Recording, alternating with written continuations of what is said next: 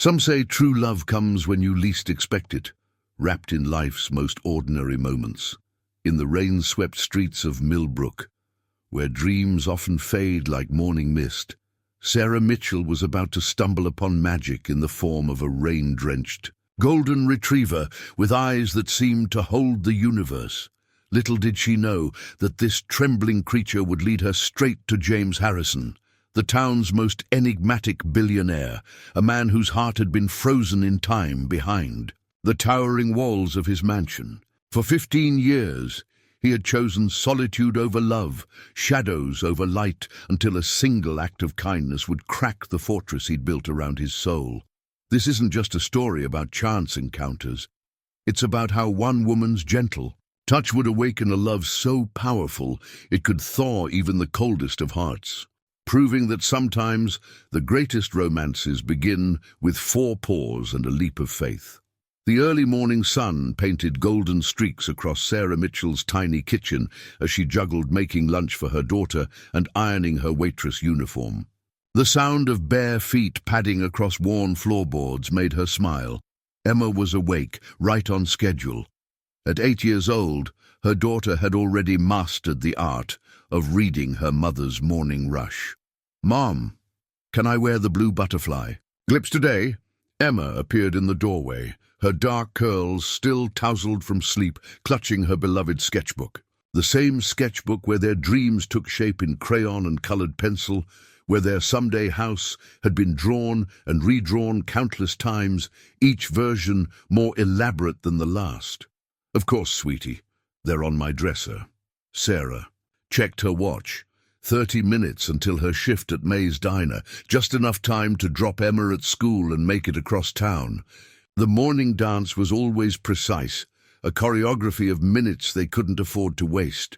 The small apartment above Millbrook Books had been their haven for the past 3 years. It wasn't much. A cozy 2-bedroom with temperamental heating and a view of the brick wall next door, but it was home. Sarah's eyes drifted to Emma's latest masterpiece, pinned to the refrigerator.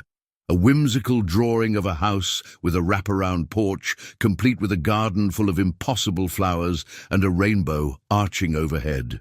Below it, in Emma's careful handwriting, "Our future home. Did you finish your math homework?" Sarah called out, packing apple slices into Emma's lunchbox. The answer was always yes. Emma was nothing if not diligent, understanding far too well for her age the importance of education. "Done! And I did the extra credit too." Emma emerged again, this time with her backpack and the butterfly clips perfectly placed in her hair. "Ms. Peterson says if I keep this up, I might get to join the advanced program next year." Pride swelled in Sarah's chest, mingling with a familiar ache. The advanced program meant additional fees, supplies, special trips, expenses that would stretch their already thin budget to breaking point. But looking at her daughter's hopeful face, Sarah knew she'd find a way. She always did. Between her morning shifts at May's and her evenings doing bookkeeping for local businesses, Sarah managed to keep them afloat.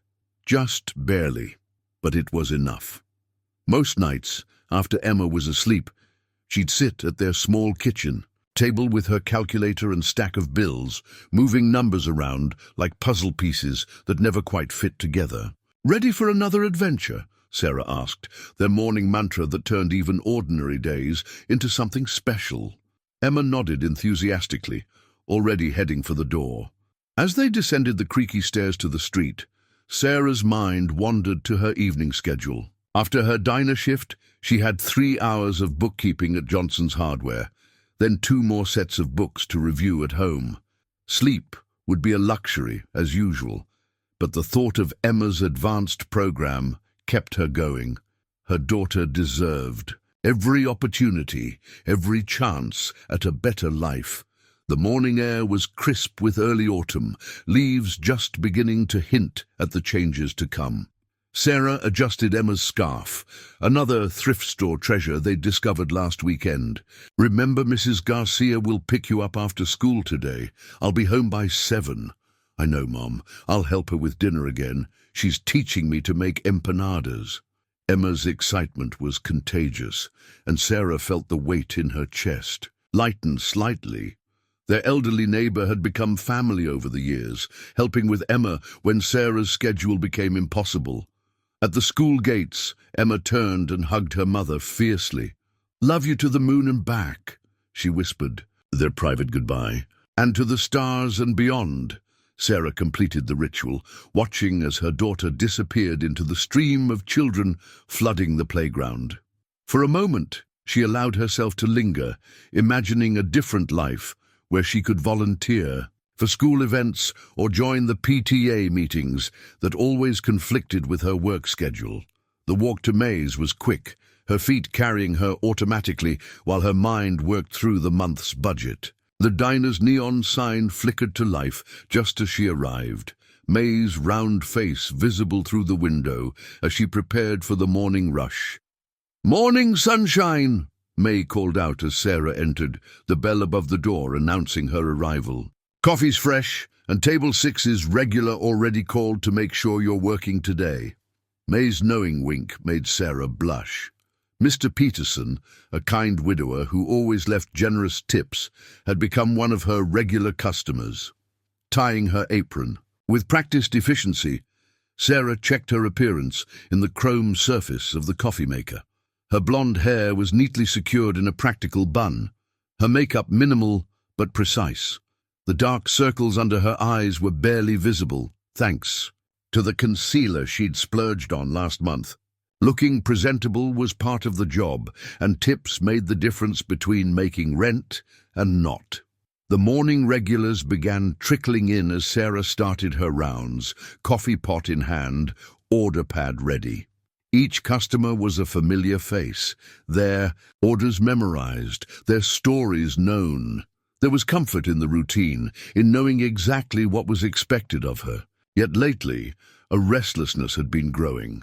A feeling that there should be more to life than simply surviving. Above the diner's steady hum, Sarah caught fragments of conversation about the Harrison estate, a favorite topic among Millbrooks. Gossips. The mysterious billionaire who lived like a hermit, the tragedy that drove him into seclusion, the fortune that grew despite his isolation. She learned to tune it out over the years, these stories of wealth and privilege that seemed to belong to another world entirely. Little did she know that world was about to collide with hers, beginning with a chance encounter in the rain. The rain came suddenly, transforming Millbrook's quiet streets into shimmering rivers. Sarah had just finished her morning shift when she spotted him, a magnificent golden retriever, soaked to the bone, huddled beneath the awning of Carter's coffee shop. His eyes met hers with an intelligence that made her heart skip. "Hey there." "Buddy," she called softly, approaching with careful steps. The dog's coat was pristine despite the rain, and a gleaming collar spoke of an owner who cared deeply. This was no stray. As she drew closer, she could see the tag, an elegant piece of work in tarnished gold, engraved with simply Duke, and a phone number partially worn away by time. The dog, Duke, watched her approach with gentle eyes, his tail offering a tentative wag. Sarah had always been good with animals. Emma called it her superpower. "It's okay. I won't hurt you," she murmured, holding out her hand. Duke sniffed it carefully before pressing his wet nose into her palm. "Mom, can we keep him?" Emma's voice startled them both. Sarah turned to see her daughter and Mrs. Garcia approaching, apparently having spotted them on their way home from school. "Emma, he has a collar. Someone's probably worried sick about him." Sarah examined the tag more closely, but the rain had done its work too well. Only the first 3 digits of the phone number were legible. Mrs. Garcia peered at the dog with knowing eyes. "Dios mío, that's no ordinary pet. Look at his bearing, his training. This dog belongs to someone with money." She wasn't wrong. Everything about Duke, from his perfectly maintained coat to his impeccable manners, spoke of privilege. They managed to coax Duke back to their apartment, Emma chattering excitedly the whole way. "He's so well behaved, Mom, and look how he walks right beside us without pulling." Indeed, Duke moved with remarkable grace, staying perfectly healed despite never having met them before. Sarah couldn't shake the feeling that this dog had received training far beyond basic obedience. Once home, Emma immediately set about making their guest comfortable, pulling out her favorite blanket without hesitation. "He can use this until we find his family." Sarah dried Duke with their best towels, discovering as she did that his collar was even more expensive than she'd initially thought. Hand-tooled leather with platinum-plated fixtures. Who in Millbrook could afford something like this? The answer came in whispers as she made calls around town. The local vet had no record of a golden retriever named Duke, but her mention of the collar sparked interest. "Platinum fixtures, you said?" Dr. Anderson's voice took on an odd tone. "You might want to check with the Harrison estate." The Harrison estate, of course. Sarah had seen it only from a distance. Everyone in Millbrook had. The sprawling mansion on the hill, surrounded by its imposing iron gates and carefully maintained gardens. Its owner, James Harrison, was something of a local legend, though few could claim to have seen him in recent years.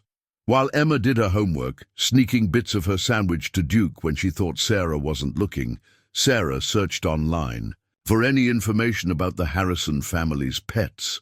An old newspaper article caught her eye. Local billionaire's wife dies in tragic accident. The photo showed a younger James Harrison, startlingly handsome despite his grief, with a golden retriever puppy cradled in his arms. The Harrison family's new puppy, Duke, was a gift from Catherine Harrison to her husband just weeks before her death. The caption read. Sarah's heart clenched. The article was dated 15 years ago, about the same time James Harrison had withdrawn from public life. Duke watched her reading with those knowing eyes, his head tilted slightly as if confirming her discoveries. When Emma finally went to bed, after extracting a promise that they wouldn't give Duke back until morning, Sarah sat with him on their worn couch. "You're his, aren't you?" she whispered. "You belong to the man in the mansion." Duke's tail thumped, once against the cushions, and he laid his head in her lap with a soft whine. The sound of rain against the windows created a cozy backdrop as Sarah considered her next move. Tomorrow, she would have to find a way to contact the Harrison estate. The thought sent an unexpected shiver down her spine, not of fear, but of something else, something that felt strangely like destiny. Duke sighed contentedly, his presence somehow making their small apartment feel more like home than ever. Outside, the rain continued to fall, washing away the last traces of what life had been before this rain-soaked day changed everything. Morning brought both clarity and complications.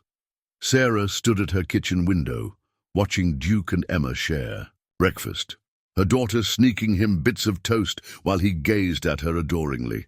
The phone number for the Harrison estate had been surprisingly easy to find, yet Sarah's fingers trembled as she dialed.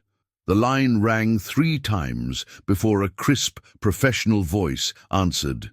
"Harrison residence." "Hi, I'm calling about a dog I found," Sarah began, but the voice cut her off smoothly. "One moment, please." The line went silent. Sarah waited, counting heartbeats, until a different voice came on. Older, warmer, but no less professional. "This is Mrs. Reynolds, the housekeeper. You found Duke?" The question carried equal measures of hope and suspicion. "Yes, yesterday in the rain. He's safe, well-fed, and currently charming my daughter out of her breakfast." Sarah tried to keep her tone light, but something in Mrs. Reynolds' careful response made her nervous. "Mr. Harrison will be relieved. Duke is very special to him." A pause. "Could you bring him to the estate? Today, if possible." Sarah glanced at her waitress uniform, already pressed for her afternoon shift. "I have work at 2, but I could come this morning." 9 o'clock? The time wasn't really a question. "The gates will be open for you." The Harrison estate looked even more imposing up close. Sarah drove her aging Honda through gates that probably cost more than she made in a year, Duke sitting regally in the back seat while Emma bounced with excitement beside him. "Mom, it's like a castle." Emma pressed her face against the window as they wound up the tree-lined drive. She wasn't wrong.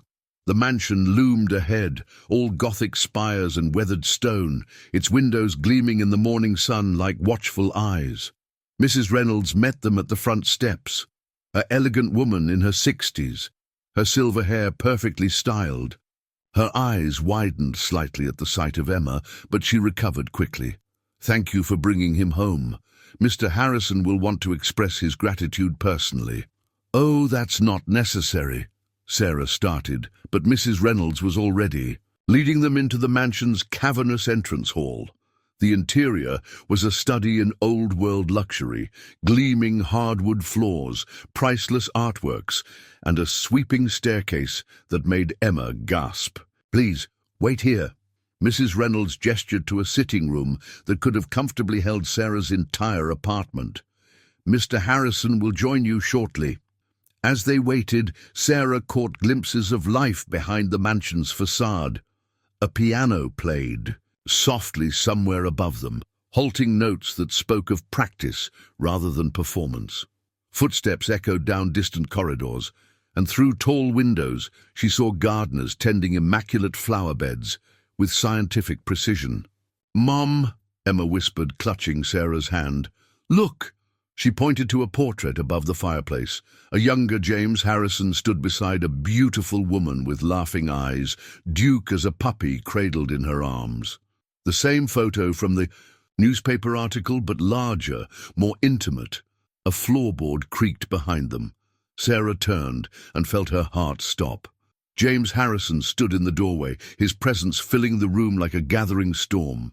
He was taller than she'd expected, dressed in casual elegance that probably cost more than her monthly rent. But it was his eyes that caught her, deep blue and haunted. They locked onto Duke with an intensity that made her breath catch. Duke, who had been sitting patiently at Sarah's feet, broke into a joyful bound. The transformation in James Harrison was immediate and stunning. His austere features softened as he dropped to one knee, accepting Duke's enthusiastic greeting with a smile that stripped years from his face. "Thank you," he said finally, looking up at Sarah with those devastating eyes. "I don't—" His voice caught. Duke nudged his hand and he cleared his throat. "I don't know how to express my gratitude."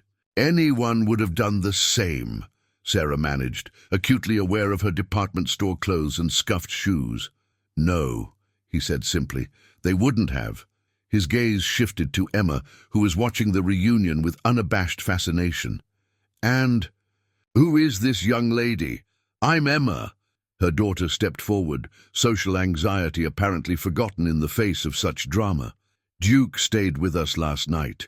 He's the most wonderful dog ever." Something flickered in James Harrison's eyes. Pain, remembrance, but his smile remained. "He is indeed." He stood, one hand resting on Duke's head. "Please let me offer you breakfast as a thank you, unless—" He glanced at his watch, a gesture so humanizing it almost made Sarah smile. "We really should go," Sarah said reluctantly.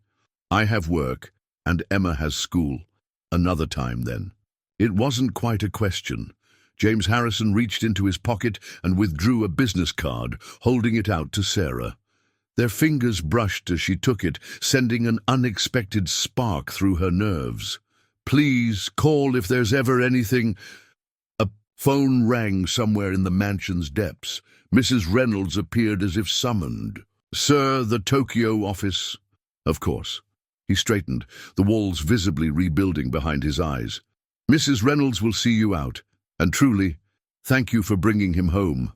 As they drove back down the winding drive, Emma clutched the elegant box of chocolates Mrs. Reynolds had pressed into her hands.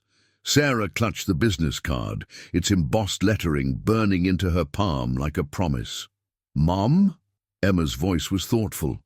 He looked sad, like those princes in fairy tales who need someone to break a spell. Sarah glanced in her rearview mirror. The mansion's windows caught the morning sun, flashing like signals as they retreated. "Life isn't a fairy tale, sweetheart." But even as she said it, she couldn't shake the feeling that something had shifted in their world. something as significant as the weight of James Harrison's gaze, as mysterious as the music that had drifted through his empty halls. 3 days passed before Sarah found the courage to call the number on James Harrison's business card. She'd taken to staring at it during her breaks at the diner, running her fingers over the embossed letters until May finally said, "Either call the man or frame the card, honey, but stop torturing yourself." The call itself was surprisingly simple. Mrs. Reynolds answered as efficient as ever, and within moments Sarah had an appointment for tea the following afternoon. Mr. Harrison specifically adjusted his schedule, the housekeeper added, a note of surprise in her voice that made Sarah's heart flutter. This time, driving through the iron gates felt different. The mansion's grandeur remained intimidating, but knowing what and who waited inside made it feel less like trespassing and more like possibility. Duke met her at the door, tail wagging furiously, with Mrs. Reynolds following at a more dignified pace. "Mr. Harrison is in the conservatory," she announced, leading Sarah through a maze of corridors. Sunlight streamed through tall windows, illuminating priceless artwork and casting warm patterns across the polished floors. The conservatory took Sarah's breath away.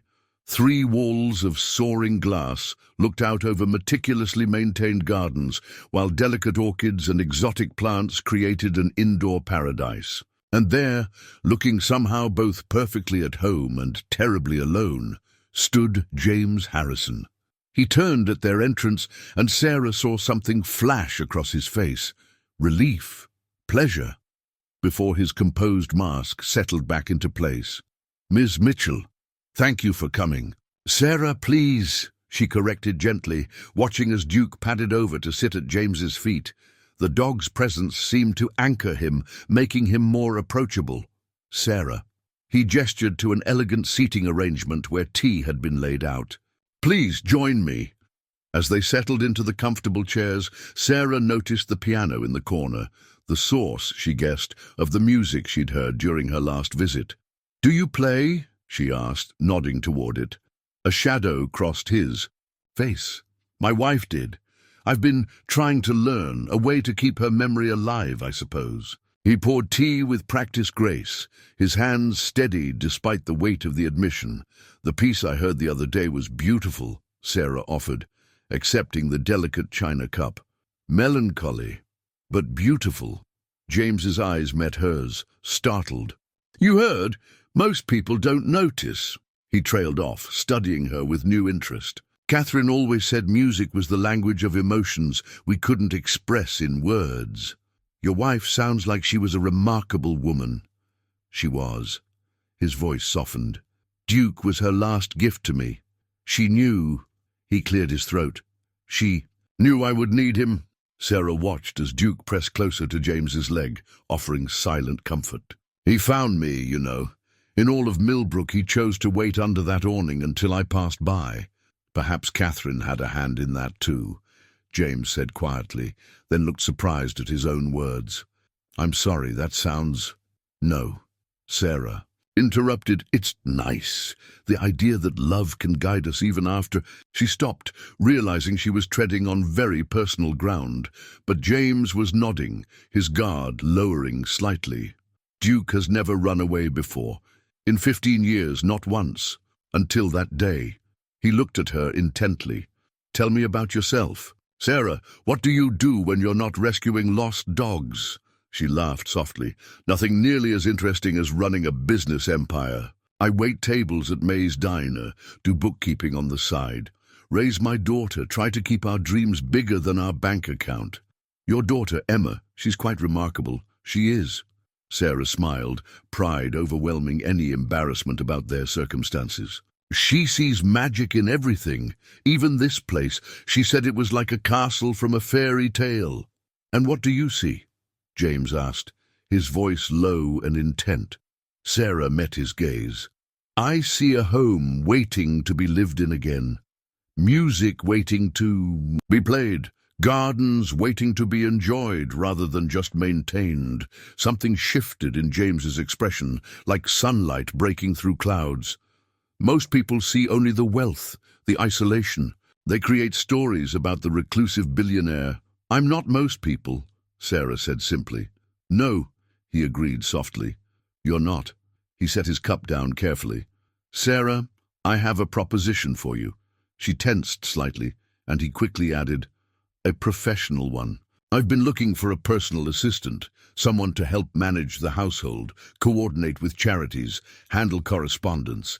Mrs. Reynolds mentioned you do bookkeeping. I'm hardly qualified. You're exactly qualified, he interrupted. You're organized, capable, and most importantly, you see what others miss. He hesitated. And Duke trusts you? Sarah looked around the conservatory, at the perfectly maintained plants that no one really enjoyed, at the piano waiting to be played with confidence, at the man trying so hard to reach out despite years of isolation. Could I think about it? In course. He stood, ever the gentleman. Take all the time you need. As Mrs. Reynolds led her back to the entrance, Sarah heard the piano again, the same melancholy tune, but somehow more hopeful this time. Duke followed her to the door, his tail wagging in what felt remarkably like encouragement. In her car, Sarah found an envelope had been slipped into her purse. Inside was a check that made her gasp and a note in elegant handwriting. For Emma's advanced program. No strings attached, regardless of your decision about the position. J.H. She looked back at the mansion, seeing a silhouette in one of the upper windows. The figure raised a hand in farewell, and Sarah felt something in her heart shift, like a key turning in a long-locked door. The check sat untouched on Sarah's kitchen table for 2 days, its presence both tempting and troubling. Every time she looked at it, she remembered James's eyes, the way they softened when he spoke of his wife, the flash of hope when he mentioned the job offer, the lingering gaze as she left. You should take it, Mrs. Garcia said over coffee, after Sarah finally confided in her. Not the money, though Dios sabe you need it, but the job. That man's house is full of ghosts, Mijita. Maybe it's time someone opened the windows and let in some light. Emma was less subtle in her opinion. Mom, Duke needs us, and Mr. Harrison looks at you like you're something special. Out of the mouths of babes, Sarah thought, her cheeks warming. Making her decision didn't make it easier to return to the mansion. This time, Sarah found James in his study, a magnificent room lined with leather-bound books and dominated by a massive mahogany desk. He stood as she entered, Duke lifting his head from his spot by the fireplace. You've been thinking, he said. Not quite a question.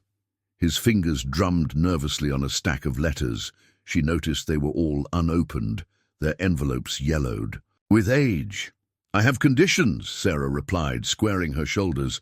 If I take this job, it has to be on merit, not charity. A real salary, normal hours, and... She hesitated, then pressed on. And you have to be willing to change some things. James's eyebrow lifted slightly. Change? This house, it's beautiful, but it's more museum than home. The gardens no one walks in, the music room that's barely used, the letters you can't bear to open. She gestured to his desk. You're not really living, James. You're preserving a moment in time. She expected anger or dismissal. Instead, he sank into his chair, looking suddenly vulnerable. You see too much, Sarah Mitchell. Someone has to, she said softly. Duke got up and padded over to James, resting his head on his knee. The gesture seemed to give him strength. What changes did you have in mind? First, those letters. Catherine's family wrote them, didn't they? After... James nodded stiffly. I couldn't. I didn't know how to face their grief when I could barely handle my own. We'll start there then. One letter at a time. And the piano. You practice, but always alone. Maybe Emma could take lessons.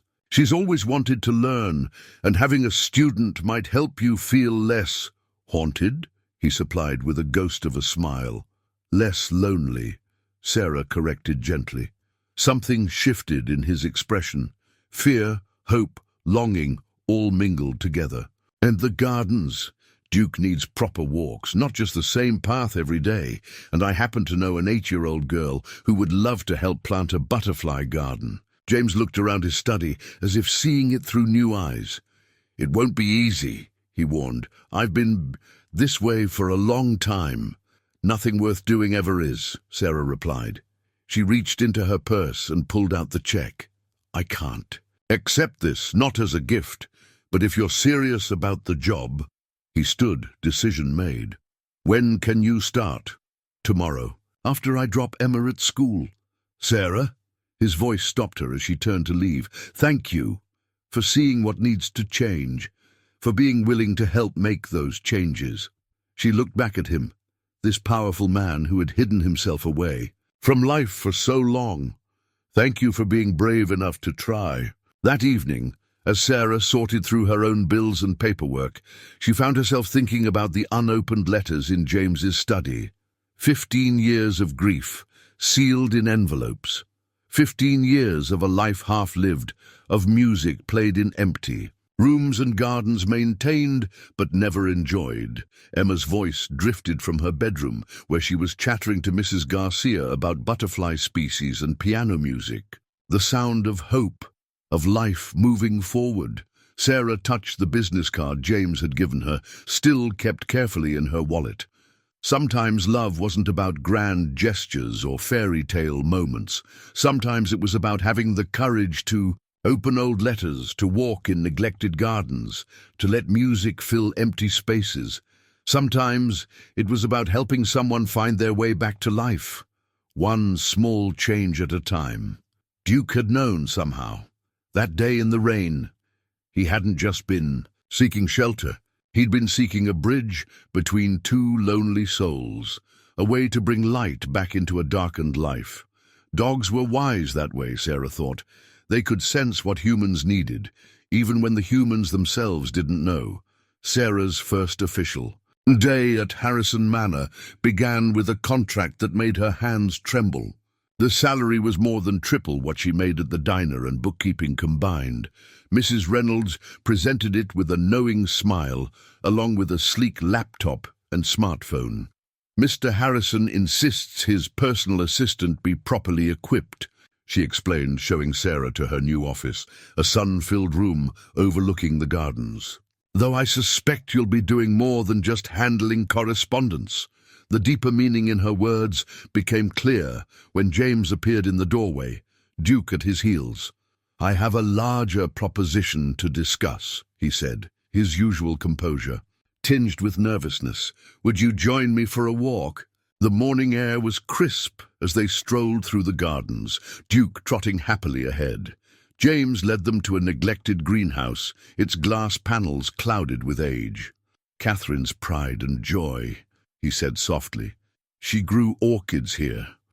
Hosted garden parties. After she died, I couldn't. It's not too late, Sarah said gently. The structure's still sound. That's what I wanted to discuss. James turned to face her, sunlight catching the silver at his temples.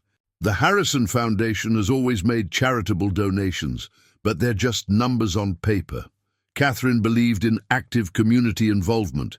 She had plans for this place, educational programs, garden therapy for veterans, workshops for underprivileged children. Sarah watched his face come alive with purpose. You want to revive her vision. Our vision, he corrected. I'd like you to head the project. Full creative control, additional staff as needed. The foundation will provide funding, but it needs someone with heart to bring it to life. He hesitated. Someone who sees potential in forgotten things. The magnitude of his trust struck her speechless. Duke nudged her hand, as if offering encouragement. James, I've never managed anything like this. You managed to keep hope alive on a waitress's salary. You see beauty where others see decay. He stopped, collecting himself. You made me want to play the piano again. I trust you with this, Sarah, more than I've trusted anyone in a very long time. Their eyes met, and something electric passed between them. For a moment, Sarah thought he might reach for her hand, Instead, he cleared his throat and produced another document. Take time to think about it. Discuss it with Emma. This would change both your lives. Later that night, after Emma had gone to bed, buzzing with excitement about the greenhouse and its possibilities, Sarah sat alone with the contract. The terms were generous, the opportunity incredible, but it was the handwritten note attached that brought tears to her eyes. Sarah, some people spend their lives adding up numbers. Others see the magic behind them. You've shown me that it's never too late to start living again. Whatever you decide, thank you for that gift. James Duke's collar tag caught the lamplight, its worn surface a reminder of how a simple act of kindness had led to this moment. Sarah picked up her pen, her heart racing with more than just professional excitement. As she signed her name, she couldn't help feeling that she was signing up for more than just a job. She was opening the door to something that could change not just her life, but her heart as well. Sarah's first week at Harrison Manor unfolded like a dream tinged with reality's complications. Each morning, she and Emma arrived together, her daughter now attending virtual classes from a cozy study room Mrs. Reynolds had arranged, complete with a view of the gardens that never failed to inspire her artwork. The scope of James's business empire became clear as Sarah dove into her role. Harrison Enterprises wasn't just a faceless corporation. It was a web of technology companies, environmental initiatives, and humanitarian projects spanning the globe. Yet its owner preferred handwritten notes to emails and vinyl records to digital. Streaming. He's been hiding from more than grief, Mrs. Reynolds confided one afternoon, watching James on a video call with Tokyo. The business runs itself these days. He needs something, someone, to remind him why it all matters. That someone, Sarah was learning, included both her and Emma. She'd catch James pausing outside the study room, listening to Emma practice. On piano with her online teacher. His smile during these moments was unguarded, genuine, in a way that made her heart flutter. The unopened letters became their evening ritual. After Emma's homework was done and dinner cleared away, they would meet. In his study, Duke would settle between them as James opened one envelope at a time, Sarah's presence somehow making the task bearable. "They don't blame me," he said softly one night, reading Catherine's mother's words. "All this time, I thought, sometimes we build our own prisons," Sarah replied, watching his hands tremble on the yellowed paper. "The walls are made of what we think others feel, not what they actually do." He looked up at her then, something raw and vulnerable in his gaze. "How do you do that?" "Do what?" "See straight through to the truth of things, to the heart." The air between them grew thick with unspoken possibilities. Duke whined softly, breaking the moment, and Sarah stood quickly. I should check on Emma. But Emma, she discovered, had found her own place in the mansion's renaissance. Mrs. Reynolds had taught her to make Catherine's favorite cookies, and the housekeeper's stern facade melted completely around the child. Even the gardeners had taken to leaving specimens of interesting plants on her desk, delighting in her enthusiastic questions. The greenhouse project was moving faster than anyone expected. Sarah had found a local veterans group eager to help with the restoration, and their presence brought new energy to the grounds. James watched their progress from his office window, but Sarah noticed him venturing out more often, Duke trotting happily beside him. Then came the morning she found him standing in Catherine's music room, staring at a photograph she'd never seen before. A much younger James and Catherine sat at the piano together, their faces alight with laughter. "I've been thinking," he said without turning. "The foundation should sponsor music education in local schools. Catherine always said music could heal anything. She sounds like she was very wise. She would have liked you." He finally faced her, his eyes intense. "She would have loved how you've brought life back to this place. Back to me." Sarah's breath caught at his words, at the way he took a step toward her. The morning sun painted him in gold, transforming the successful businessman into something more approachable, more human.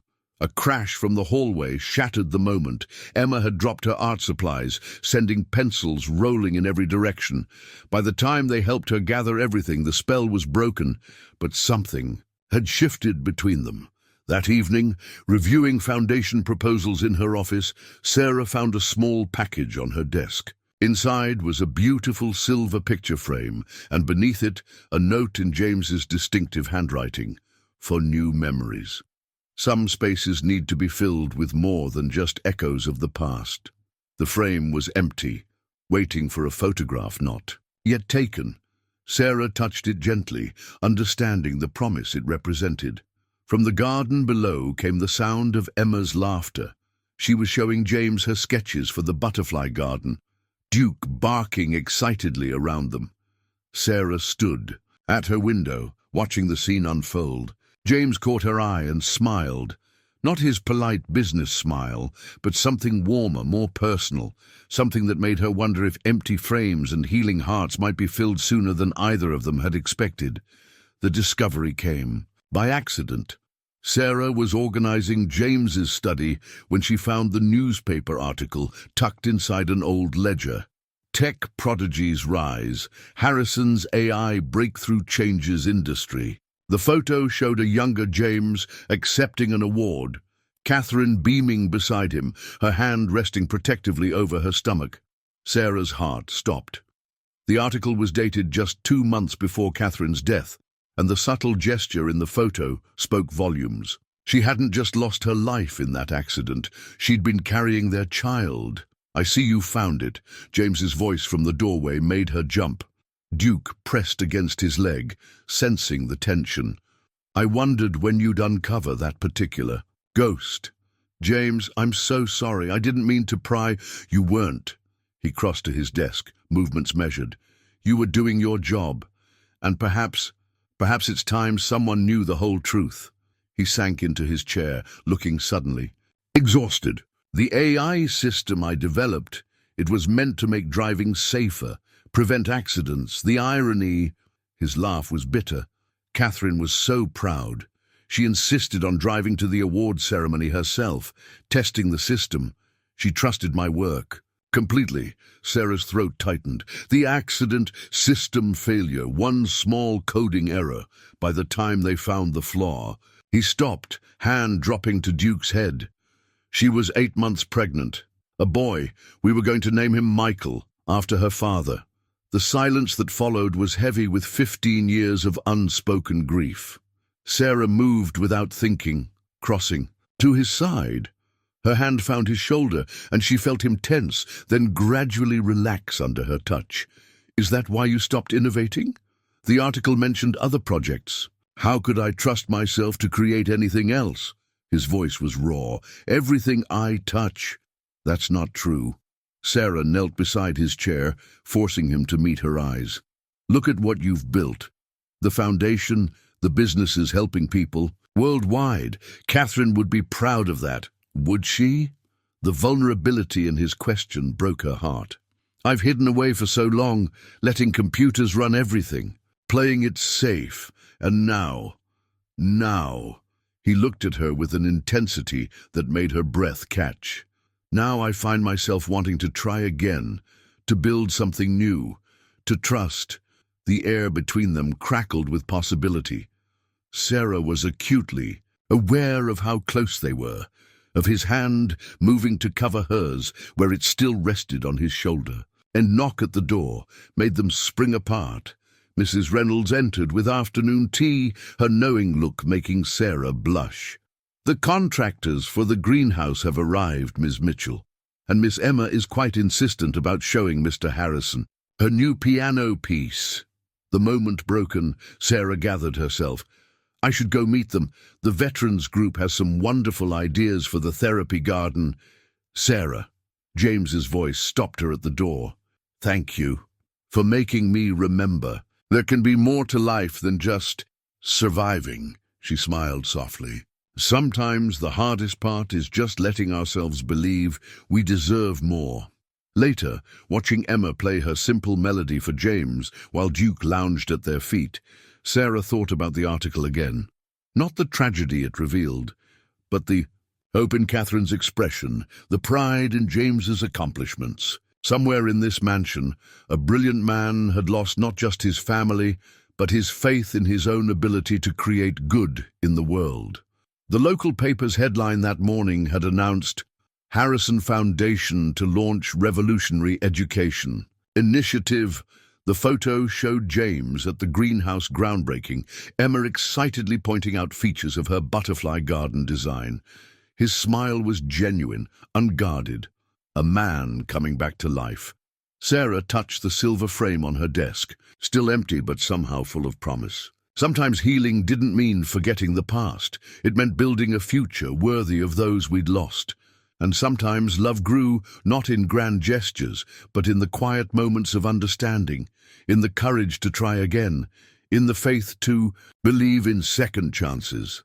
The evening began with a child's toy, a small, worn teddy bear Sarah found while helping the gardeners clear space for the butterfly garden. Its faded ribbon matched the ones in Catherine's old photographs, and something about finding it half buried in the earth felt significant.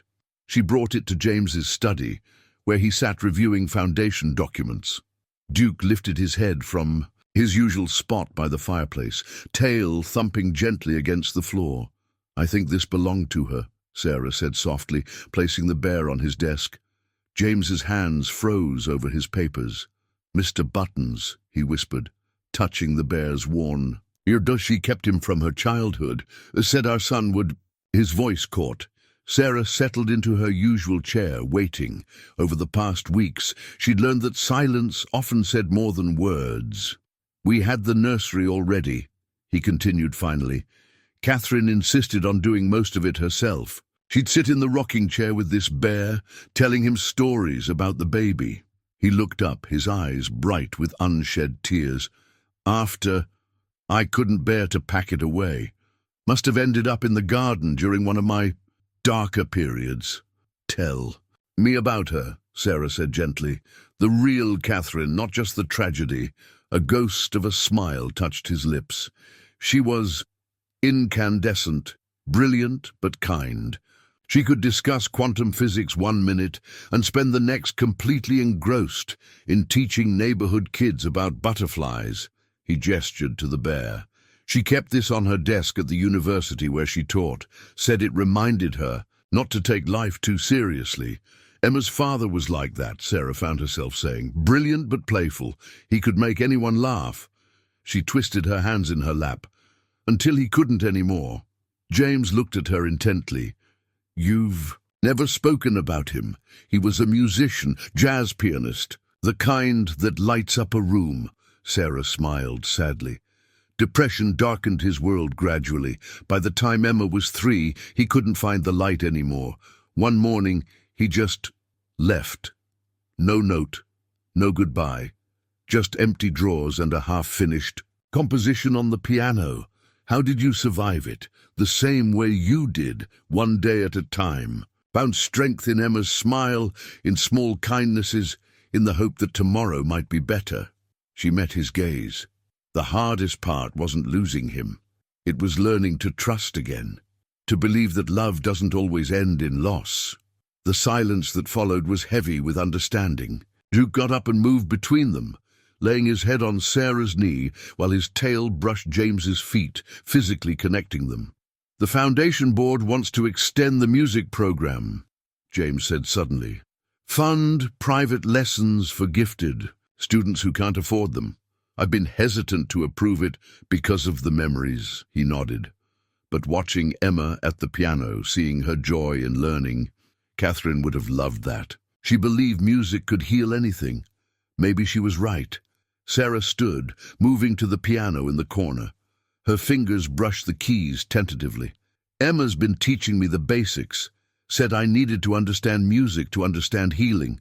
James joined her at the piano, his presence warm behind her. Show me? She picked out the simple melody Emma had taught her. Twinkle, twinkle, little star. James chuckled softly, then his hands joined hers on the keys, adding a gentle harmony that transformed the children's tune into something magical. My first piece too, he murmured. Catherine insisted everyone should start with the classics. They stayed like that, his arms almost but not quite embracing her as he guided her through the notes. The setting sun painted the room in gold, and somewhere in the garden they could hear Emma's laughter as she helped the veterans plant new flowers. "We're quite a pair, aren't we?" Sarah said softly. "Both scared of letting go. Both learning to trust again. Both finding something we weren't looking for," James added, his voice low near her ear. She turned slightly, their faces close enough that she could see the flecks of grey in his blue eyes.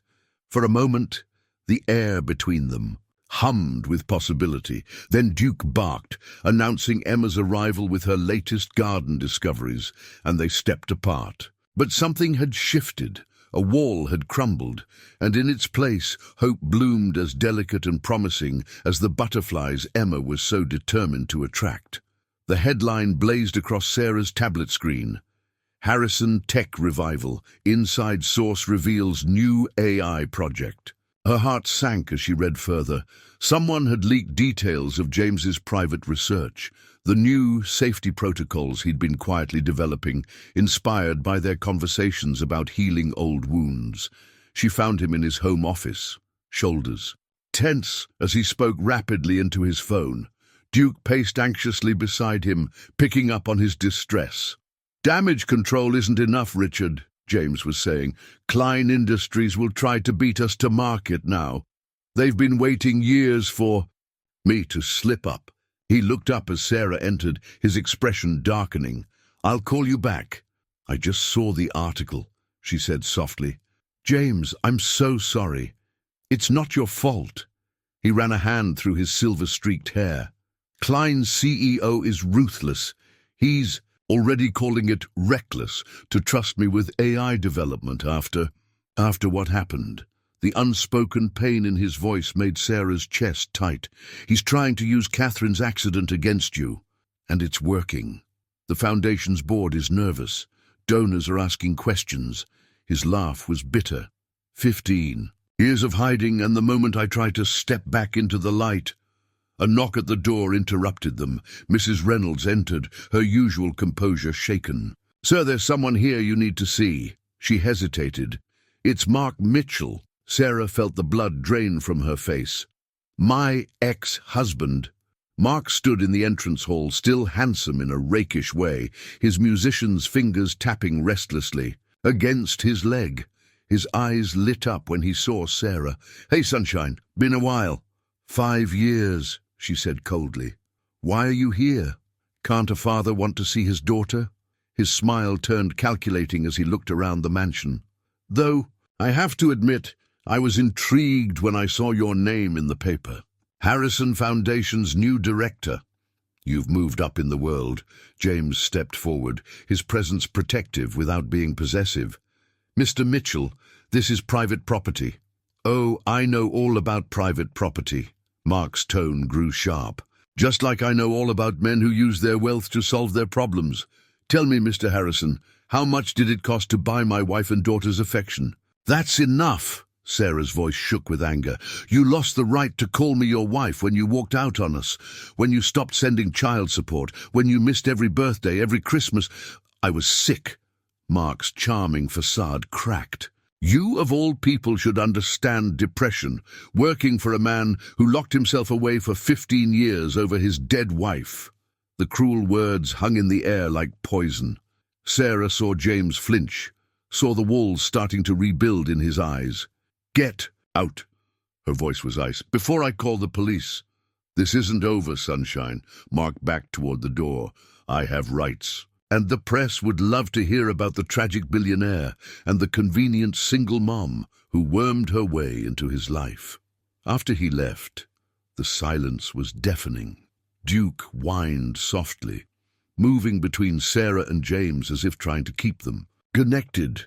"James," she started. "He's right about one thing," James said quietly. "I did hide away, and now I'm putting you and Emma at risk because I dared to think I could start over." "Don't." Sarah grabbed his hand, forcing him to look at her. "Don't let him poison this. What we're building here, the foundation, the gardens, the music program, it's real. It matters. His fingers tightened around hers for a moment before he pulled away. I need time to think, to make sure. He stopped, but Sarah heard the unspoken words, to make sure I'm not making another mistake that could hurt people I care about. She watched him walk away, Duke looking between them with troubled eyes before following his master. Outside, storm. Clouds gathered, and Sarah heard the distant rumble of thunder, the perfect backdrop for a day when the past seemed determined to threaten their carefully nurtured future. The local newspaper lay on Sarah's desk like a ticking bomb. Her hands trembled as she read the headline, Harrison's secret romance, troubled past of his new leading lady. Below was a photo of her and James in the garden, his hand on her arm, their faces close in what the article called an intimate moment. Beside it, a younger photo of her and Mark at one of his jazz performances. The article was cruel in its implications. A failed marriage to a mentally ill musician, a mysterious rise to power at the Harrison Foundation, suggestions of inappropriate relationship with her employer. Mark's quotes were particularly venomous, painting her as an opportunist who had always dreamed of wealth and status. It's all lies, Emma said fiercely, hugging Sarah as tears slid down her cheeks. Daddy's just jealous because we're happy without him. But the damage was spreading. Sarah's email was flooded with messages from Foundation board members, expressing concerns about the Foundation's image. The Veterans Group had postponed their next garden session, citing recent complications. Even Mrs. Reynolds seemed distant. Though Sarah caught the housekeeper giving her concerned glances, James hadn't spoken to her directly in 2 days, communicating only through brief emails about Foundation business. The music room stayed silent, the piano untouched. Duke still greeted her warmly each morning, but his eyes held a sadness that broke her heart. She found the note on her desk that afternoon, an official-looking envelope from Klein Industries. Inside was a letter offering her a position as the charitable programs director at double her current salary. A postscript mentioned how unfortunate it would be if more details about her past came to light. The implied threat was clear: leave Harrison Enterprises quietly or face more public scrutiny. Sarah's first instinct was to march straight to James's office to show him the letter and fight this together.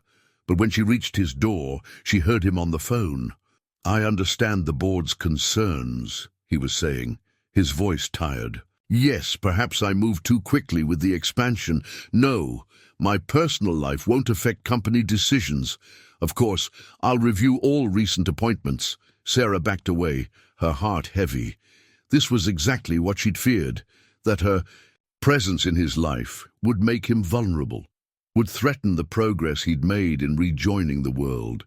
She was so lost in thought that she almost collided with Mrs. Reynolds in the hallway. The housekeeper took one look at her face and said, "Come with me." In the kitchen, over a cup of tea, made exactly the way Sarah liked it, Mrs. Reynolds spoke quietly. 15 years I've watched him hide from life. 15 years of grey days and empty rooms. Then you arrived, and suddenly there was colour again, music, laughter. She reached into her pocket and withdrew a photograph. "Catherine asked me to give him this when he was ready to love again. I think it's time." The photo showed Catherine in the garden, radiant despite her obvious illness, surrounded by butterflies. On the back, in delicate handwriting, "Love isn't a betrayal of the past, my darling. It's a promise to the future. Be happy again." He hasn't seen this. Mrs. Reynolds shook her head. He wasn't ready, but now she squared her shoulders. Klein Industries has tried to take over Harrison Enterprises for years. They couldn't beat his innovation, so they attacked his heart. Don't let them win. A commotion from the front hall interrupted them, Emma's voice raised in unusual anger. Sarah hurried out to find her daughter confronting James himself. "You're being a coward," Emma was saying, her small face fierce. "Mom makes you happy. She makes all of us happy, but you're letting mean people scare you, just like Daddy did when he ran away." James stood frozen, Duke pressing anxiously against his leg. His eyes met Sarah's over Emma's head, and in them she saw not the successful businessman or the grieving widower, but simply a man terrified of losing everything he'd just found the courage to want. The silence that followed Emma's outburst was deafening. Mrs. Reynolds quietly led the child away, leaving Sarah and James facing each other across the elegant hallway. Duke sat between them, his tail still against the marble floor, as if sensing the weight of the moment. "She's right," James said finally, his voice rough. "I am a coward. When I saw that article, all I could think was that I'd brought chaos into your life, that everything I touch eventually breaks." Sarah took a step forward. "Show me." "What?" "Show me what's really haunting you. Not what the papers say, not what the board thinks. Show me the truth you've been carrying alone." For a long moment he stood motionless. Then, "Follow me." He led her up a staircase she'd never taken before, to a wing of the mansion that had remained closed. The air felt different here, heavy with memory. James's hands shook slightly as he unlocked a door, revealing a room that made Sarah's heart stop. It was a nursery, preserved in time. Soft blue walls, a carefully assembled crib, shelves lined with books and toys never used. A rocking chair by the window still held a folded blanket, waiting for a baby who never came home. "I couldn't pack it away," James whispered. "Couldn't. Let the cleaning staff in. Every year on his due date, I sit in that chair and read one of these books. Imagine." His voice broke. Sarah's eyes fell on a leather-bound journal on the windowsill. "Catherine's diary," James explained, following her gaze. "I've never been able to read it. Afraid of seeing her joy, her plans, her trust in me and my work. Without a word, Siri picked up the diary and opened it to the last entry. Her voice was gentle as she read, "My darling, if you're reading this, something has gone wrong. But James, my love, listen carefully. You are not to blame. Science isn't perfect because humans aren't perfect. We take risks because that's how we grow, how we make the world better. Your brilliant mind and generous heart are gifts. Don't lock them away in grief. Live.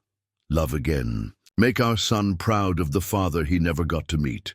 Tears streamed down James's face. Sarah continued reading. "And to the person who finally helps him find his way back to life, thank you. Love him fiercely. He feels things so deeply, cares so completely.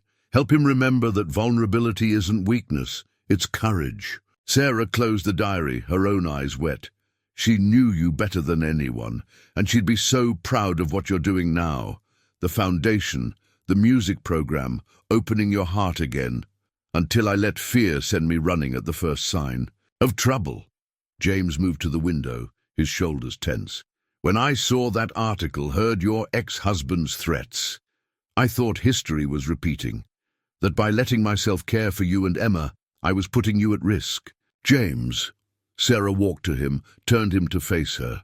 "What happened to Catherine was an accident. What Mark did to us was his choice. And what's happening now? That's Klein Industries trying to destroy something beautiful because they can't compete with your innovations." She took his hands in hers. "Stop punishing yourself for being human enough to love." Duke padded into the room, carrying something in his mouth. The photograph Mrs. Reynolds had shown Sarah. He placed it gently at their feet, looking up at them with wise eyes. James stared at Catherine's final message, his hands tightening around Sarah's. "How did you—" "She left it for you, for this moment when you were ready to choose life again." A sound from the doorway made them turn. Emma stood there, her face solemn. "I'm sorry I yelled," she said, "but Mom always says we have to be brave when things are scary," and she pulled something from behind her back, the worn teddy bear from the garden. "Mr. Buttons wants to come home now. He's done hiding too." James made a sound between a laugh and a sob. He knelt, opening his arms, and Emma ran into them without hesitation. Sarah watched as her daughter hugged the man who had become so much, more than just her employer, and felt the last walls around her own heart crumble. The board meeting was scheduled for 9 a.m. sharp. Sarah stood in front of her closet, fingering the blazer she'd bought for her first day at the foundation, when James's voice came from her doorway. "Wear what makes you feel strong," he said softly. "They're expecting us to be defensive. Let's surprise them." She chose her favorite blue dress, the one Emma said made her look like a queen. James waited for her in his study, Duke at his feet, both of them watching the sunrise paint the garden in gold. On his desk lay Klein Industries' latest offer, a hostile takeover bid that would dissolve the foundation and commercialize James's new AI safety protocols. "Ready?" he asked, offering his arm. The boardroom fell silent as they entered together, a united front. Richard Klein sat at the far end, his smile sharp as a blade. Mark slouched beside him, looking uncomfortable in his borrowed suit. "How theatrical," Klein drawled. "The grieving billionaire and his modern-day Cinderella, though I hear this particular fairy tale has some dark chapters." "If we're discussing dark chapters," James's voice was steel wrapped in silk, "let's talk about how you accessed my private research. Or perhaps your company's history of failed safety protocols?" Klein's smile faltered. Sarah stepped forward, laying out a folder she'd prepared. "The Veterans Therapy Program has shown remarkable results. 87% improvement in PTSD symptoms. The Music Initiative has reached over 300 underprivileged children. And the new AI protocols?" She met Klein's eyes. "They've passed every independent safety test, with 0 failures." "Pretty speeches," Mark cut in, "but the public won't forget that Harrison's last AI project killed his wife, and they won't forget that his new love interest abandoned her mentally ill husband." "Actually," Emma's voice rang, out clear and strong. Everyone turned to see her standing in the doorway, Mrs. Reynolds behind her. "My dad abandoned us. And Mom never stopped helping people, even when we barely had enough for ourselves." Mrs. Reynolds stepped forward, her silver hair gleaming. "If we're discussing character, the board should know that Mr. Klein's representatives have been approaching Foundation employees with bribes, asking us to leak information, plant false stories." "That's absurd," Klein sputtered. But Sarah saw several board members exchange knowing looks. "There's something else you should see." James pressed a button, and the room's screens lit up with security footage. Klein's men photographing private documents, Mark accepting an envelope of cash. "Catherine always said truth was the best defense against darkness." "You can't prove," Klein started. "I can," came a new voice. A man stepped into the room, Klein's own head of security. "Mr. Harrison offered me double my current salary to come clean, but I'm doing it for free, because some things matter more than money." Sarah watched the color drain from Klein's face as his security chief detailed months of corporate espionage. Watched Mark shrink in his chair as board members looked at him with disgust. But mostly, she watched James, strong, unafraid, his hand finding hers under the table. "I move to reject Klein Industries' offer," said the eldest board member, her voice firm, "and to fully fund the Foundation's expansion." "Seconded," came multiple voices. Klein stood, straightening his tie with shaking hands. "This isn't over, Harrison." "Yes," James said quietly, "it is. Catherine's death taught me to be careful with innovation. Emma's bravery taught me not to let fear win. And Sarah," he smiled at her, "she taught me that love isn't a weakness enemies can exploit. It's the strength that helps us fight for what matters." After the room cleared, Emma ran to hug them both. Duke pranced around them, tail wagging joyfully. Through the boardroom windows, they could see the greenhouse gleaming in the morning sun, its renovations nearly complete. "What now?" Sarah asked, still holding James's hand. He pulled Catherine's photograph from his pocket, touching it gently before setting it down. "Now we stop letting the past define our future. Now we build something new." The greenhouse opening was scheduled for a perfect autumn morning. Sarah stood in its center, surrounded by blooming orchids and the gentle hum of solar-powered fans. Duke's old collar, polished and mounted in a small display case, held a place of honor near the entrance, a reminder of how their story began. "Mom!" Emma called, rushing in with her notebook. "The veterans want to know where to put the memory garden." Behind her came James, looking relaxed in casual clothes, his silver hair catching the sunlight through the glass panels. Mr. Peterson suggested, "These spots," Emma explained, showing her detailed drawings. She'd become the project's unofficial assistant, her artistic eye helping transform Catherine's original plans into something even more special. "It's perfect," James said, his hand finding Sarah's lower back naturally. Catherine would have loved seeing her dream evolve like this. The veterans arrived soon after, led by Mike, their gruff but gentle coordinator. "Place looks amazing, Ms. Mitchell. Hard to believe it was abandoned just months ago." "Sarah," she corrected warmly. "And it was a group effort. Everyone here helped bring it back to life." As they worked planting memorial roses and setting up therapeutic gardening stations, Sarah noticed James growing quiet. She found him by the orchid display, holding a small velvet box. "I've been carrying this for weeks," he admitted softly, "wondering if it was too soon, if I was ready." He opened the box, revealing Catherine's butterfly pendant, transformed into a delicate new design. She always said butterflies represent transformation, new beginnings. Sarah's breath caught as he fastened the necklace around her throat. "It's beautiful. You're beautiful," he murmured. "You and Emma brought color back into my world, made me remember how to live, not just exist." His fingers traced the pendant.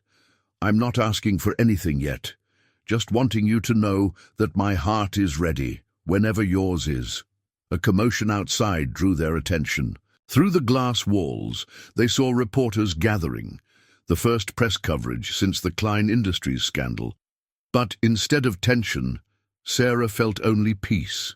"Let them see," she said, taking James's hand. "Let them see what healing looks like, what love can build from broken pieces." They walked out together, Emma running to join them with Duke bounding at her heels. The cameras flashed, but the headlines this time would tell a different story, of a community coming together, of veterans finding peace in a restored garden, of a man who chose love over fear, and a woman who helped him remember how to dream. Mike stepped forward, presenting them with a hand-carved plaque. "The Catherine Harrison Memorial Greenhouse," he read gruffly, "where healing grows and second chances bloom." Sarah felt James's hand tighten on hers as he fought tears. Emma slipped her small hand into his other one, and together they stood. A family forged not by tradition, but by choice, by love, by the courage to begin again. "Thank you." James addressed the gathered crowd, his voice strong. "This place represents more than just rehabilitation or education. It's proof that from loss can come new life, that what's broken can be made beautiful again." As if on cue, a butterfly, the first they'd seen in the garden, fluttered past, its wings catching the sunlight. Emma gasped in delight, and Sarah touched her necklace, feeling the weight of its meaning. Duke barked joyfully, chasing the butterfly's shadow across the newly planted flowers. Around them, veterans shared stories of healing, reporters captured moments of genuine joy, and Mrs. Reynolds discreetly wiped tears as she directed the catering staff. Later, as the sun set and the last guests departed, Sarah and James stood. In the greenhouse's peaceful quiet, the pendant gleamed at her throat, a promise of things to come. Catherine's diary had one more entry, James said softly. "One I couldn't read until now." He pulled out a worn page. She wrote, "Love isn't a finite resource. It grows, multiplies, transforms. Like a garden, it needs only light and courage to bloom again."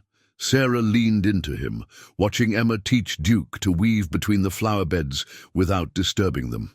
She was right about everything. The changes came gradually, like the shifting of seasons. Sarah first noticed it in the little things, James's office door staying open throughout the day, music drifting more frequently through the mansion's halls, Duke's happy barks echoing from the garden, where Emma now did her homework. One evening, as autumn painted the world in amber and gold, Sarah found James in Catherine's music room, surrounded by scattered sheet music and old photographs. "It's time," he said simply, looking up as she entered, "to make this room live again." Together, they sorted through years of memories. Each photograph told a story. Catherine at various recitals, young James watching her with adoring eyes, the two of them at the piano. Sarah handled each one with care, helping James choose which to display and which to store carefully away. "Look at this," he said softly, holding up a dusty program, her last concert. She played Beethoven's Moonlight Sonata, said it reminded her of how love can light up even the darkest night. A small sound made them turn. Emma stood in the doorway, clutching her music books. "I learned the first part," she said shyly. "Miss Andrews taught me. Want to hear?" James's smile was radiant as he patted the piano bench. Emma sat down, her small fingers finding the keys with growing confidence. The melody wasn't perfect, but it carried something more important: hope, healing, the courage to make something new from what was lost. "Catherine would have loved teaching you," James said when she finished, his voice rough with emotion. He pulled out a fresh piece of sheet music. "This was her favorite to teach beginners. Would you like to learn it?" Sarah watched them bend over the piano together, James's patient guidance matching Emma's eager determination. Duke lay at their feet, his tail thumping contentedly against the polished floor. Later that night, after Emma had gone to bed, Sarah found a new photograph on her desk. It showed her daughter at the piano, James beside her, both of them laughing. At something outside the frame, next to it lay a handwritten note. "My dear Sarah, today I realize something. I've spent 15 years trying to preserve Catherine's memory by keeping everything exactly as it was. But memories don't live in frozen moments. They live in the way they shape our future choices, our capacity to love again. You and Emma haven't erased Catherine's presence. You've helped me honor it in the most meaningful way possible, by living fully again, by letting love and music and laughter fill these rooms once more. The Foundation Board meets tomorrow to review the expansion proposals. Before we face them, I wanted you to know, whatever happens with the business, my heart has already made its choice. You've shown me that love isn't a betrayal of the past, but a gift to the future. Forever yours, James." Sarah touched the butterfly pendant at her throat, feeling tears prick her eyes. Through the window, she could see the greenhouse glowing softly. In the evening light, its renovated glass panels reflecting the stars. Inside, orchids bloomed alongside practical herbs, beauty and healing growing together, just as Catherine had envisioned. A text from Mark appeared on her phone, his first communication since the board meeting. "The rehabilitation program at the greenhouse. Could I apply? Want to do better? For Emma, for myself." Sarah showed the message to James when he found her there. His arms slipped around her waist as he read it. "Second chances," he murmured. "They come in many forms." "Like love," Sarah replied, turning in his embrace. His eyes, once so haunted, now held a peace she treasured.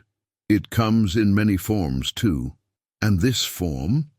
He touched her cheek gently. "What would you call this?" "Destiny," she whispered. Just before his lips met hers in their first real kiss, with a little help from a very special dog. As if on cue, Duke's happy bark echoed through the garden, followed by Emma's laughter. Their family's soundtrack, Sarah thought, love's melody playing in perfect harmony. Winter draped Millbrook in white, transforming the Harrison estate into a wonderland that drew gasps of delight from Emma each morning. The greenhouse stood like a crystal palace among the snow, its warmth drawing people from all over town to escape the chill and find healing among the blooms. Sarah watched from her office window as Mark attended his therapy session with the veterans group, his musician's hands learning to coax life from soil instead of piano keys. He was trying, really trying this time, and Emma's cautious smile when she saw him working in the garden made it all worthwhile. "Penny, for your thoughts?" James's voice came from behind her, followed by his arms wrapping around her waist. Duke trotted in after him, shaking snow from his coat. "Just thinking about changes," she said, leaning back against him. "Good ones." "Speaking of changes?" He turned her gently to face his desk, where blueprints lay spread out. "The East Wing. Renovations. I thought Emma might like to help design her room." Sarah's heart skipped. They hadn't officially discussed moving in, though she and Emma spent more nights at the mansion than their apartment these days. "James, I'm not rushing," he said quickly. "But when you're ready, this is your home. Both of you. It has been since the day Duke led you here." A squeal from the hallway interrupted them. Emma burst in, her face glowing. "Mom! Mrs. Reynolds is teaching me to make Catherine's Christmas cookies. And guess what? Mark remembered the lullaby you used to sing to me. He's going to teach it to me on the piano." Sarah felt James's arms tighten slightly at the mention of Mark, but his voice was warm as he said, "Perhaps you could play it at the foundations." "Christmas concert?" Emma's eyes widened. "Really? But that's a big deal. All the donors will be there." "And they'll love it," Sarah assured her. "Just like they loved your butterfly garden design." Later, helping Emma practice in the music room, Sarah caught sight of their reflection in the window, her daughter at Catherine's piano, James standing behind them with Duke at his feet, the four of them creating a picture of family that felt both miraculous and perfectly natural. The Christmas concert exceeded all expectations. The mansion's grand hall filled with music and laughter, donors mingling with veterans and their families, children from the music program performing alongside professional musicians. Even May from the diner came, proudly watching her granddaughter play a duet with one of the foundation's scholarship students. Emma's lullaby brought tears to eyes throughout the hall, not for its technical perfection, but for the love evident in every note. Mark accompanied her on guitar, their performance a bridge between past and present, healing old wounds with harmony. "Catherine would have loved this," Mrs. Reynolds said softly, appearing at Sarah's side with a familiar photo album. "She always said music had the power to bring people together, to make a house into a home." The album held Christmas photos from years past, Catherine and James hosting similar gatherings, their joy radiating from each image. But now, mixed among them were new pictures. Emma decorating the mansion's tree, Sarah and James dancing in the greenhouse, Duke playing in the snow, their blended family creating fresh memories while honoring those who came before. "Look what I found," James said that evening, after the guests had gone and Emma had fallen asleep on the music room sofa. He held up an ornament, a delicate glass butterfly, its wings catching the firelight. "Catherine's?" Sarah asked, touching it gently. "No," he smiled, taking her hand. "New, for our tree, for our future." He hung it on a branch, then pulled her close. "Move in with me, make this official. Let's start our next chapter together." As if giving his approval, Duke padded over and pressed against their legs, his presence a reminder of how their story began. Through the window, snow fell softly on the greenhouse where their love had first bloomed, nature's blessing on a future full of promise. 1 year later, spring sunlight streamed through the newly installed stained glass windows of the mansion's chapel, casting butterflies of colored light across the intimate gathering. Duke, sporting a bow tie that matched James's, sat proudly at the altar, his graying muzzle lifted with dignity as he watched his family take their final steps toward forever. Sarah wore Catherine's restored butterfly pendant, now paired with a delicate engagement ring that James had designed himself, a perfect blend of past and present, just like their love. Emma, radiant in her junior bridesmaid dress, carried a bouquet of orchids grown in their greenhouse. "Love stories don't always follow the expected path," James began his vows, his voice carrying the weight of hard-won wisdom. "Sometimes they start with a lost dog on a rainy day. Sometimes they teach us that the heart has an infinite capacity for love, That honoring the past doesn't mean sacrificing the future. Sarah squeezed his hands, tears gleaming in her eyes. Sometimes healing comes in the form of a man who learned to play the piano again, a daughter who taught us all about courage, and a very special dog who knew exactly what our souls needed. Mrs. Reynolds dabbed at her eyes in the front row, sitting between Mark, now 6 months sober and teaching music at the foundation school, and Catherine's parents, who had become dear friends and grandparents to Emma. The greenhouse therapy program had expanded to 3 new locations, each one helping others find the same healing their family had discovered. After the ceremony, as guests gathered in the garden, where Emma's butterflies now danced among the flowers, James pulled Sarah aside. Duke followed, ever their faithful companion. "I have something to show you," James said, leading them to his study. On his desk sat a framed photograph, the one from the silver frame that had stood empty for so long. It showed their family. On the greenhouse's opening day, all of them laughing as Duke chased a butterfly through the flowers. But next to it stood a second frame. Inside was Catherine's last letter, her blessing preserved alongside their new beginning. And there, hanging between them, was Duke's old collar tag, polished to a warm glow. "Perfect symmetry," Sarah murmured, understanding. "The past and present, side by side. The future, too," James added softly, his hand resting on her still flat stomach, where their secret was just beginning to bloom. Emma burst in, her face glowing. "Mom, Dad, the butterflies are everywhere, and Mrs. Reynolds says it's time to cut the cake." James lifted their daughter into his arms, pressing a kiss to her forehead. "Lead the way, sweetheart." As they walked back to their guests, Sarah caught a glimpse of their reflection in the window, James carrying Emma, Duke trotting beside them, her own hand instinctively cradling their growing miracle. The image blurred with an old photograph she'd seen of Catherine and James in the same spot, as if the two loves of his life were sharing a moment across time. "Thank you," she whispered, touching the butterfly pendant. "To Catherine, to Duke, to fate itself, for knowing that sometimes the longest journeys begin with a single act of kindness on a rainy day." Duke barked joyfully, chasing a butterfly that had wandered into the mansion. Its wings caught the light as it soared upward, leading them all toward their next beautiful chapter. In the garden, their guests waited. In the greenhouse, new life bloomed, and in their hearts, love had proven itself the greatest healer of all. Capable of transforming grief into joy, strangers into family, and a simple rescue into a destiny neither of them could have imagined. Some said it was just a story about a lost dog finding his way home. But those who knew better understood the truth. It was about all of them finding their way home to a love that had been waiting all along.